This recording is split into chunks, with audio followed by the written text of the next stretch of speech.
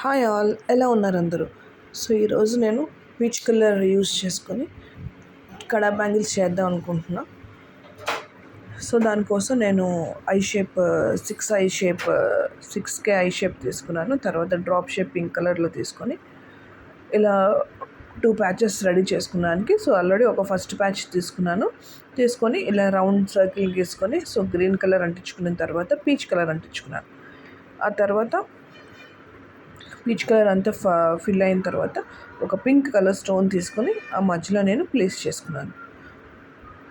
So అప్పుడు కొంచెం look బాగుండడానికి కోసం నేను అట్లా పెట్టుకున్నాను. ఆ తర్వాత అదేవిధంగా ఇంకోటి కూడా నేను రెడీ చేసుకున్నాను.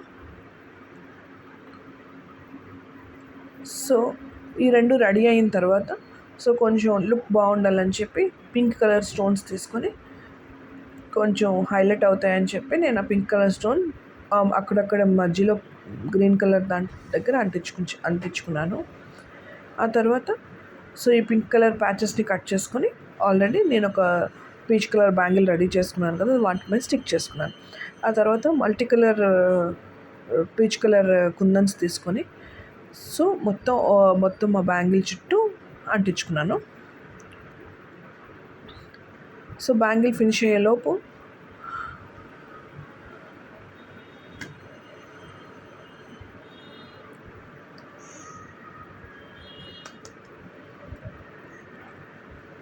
సో ఇలా బ్యాంగిల్ అంతా అంటించుకున్న తర్వాత అది రెడీ అయింది. సో ఇప్పుడు చూద్దామా లుక్ ఎలా ఉన్నది అనేది. సో నేను ఇంకొంచెం బాగుండాలని చెప్పి రౌండ్ దాన్ని ఏమంటారు నాకు తెలీదు, బట్ అవి నా దగ్గర ఉన్నాయని చెప్పి నేను ఆ గ్రీన్ కలర్ అంటించుకున్నాను. సో ఇంకొంచెం లుక్ బాగుండాలని చెప్పి. సో నాకైతే నచ్చాయి ఫ్రెండ్స్, మీకు నచ్చాయా? నచ్చితే ఒక like, share and comment. Thank you friends.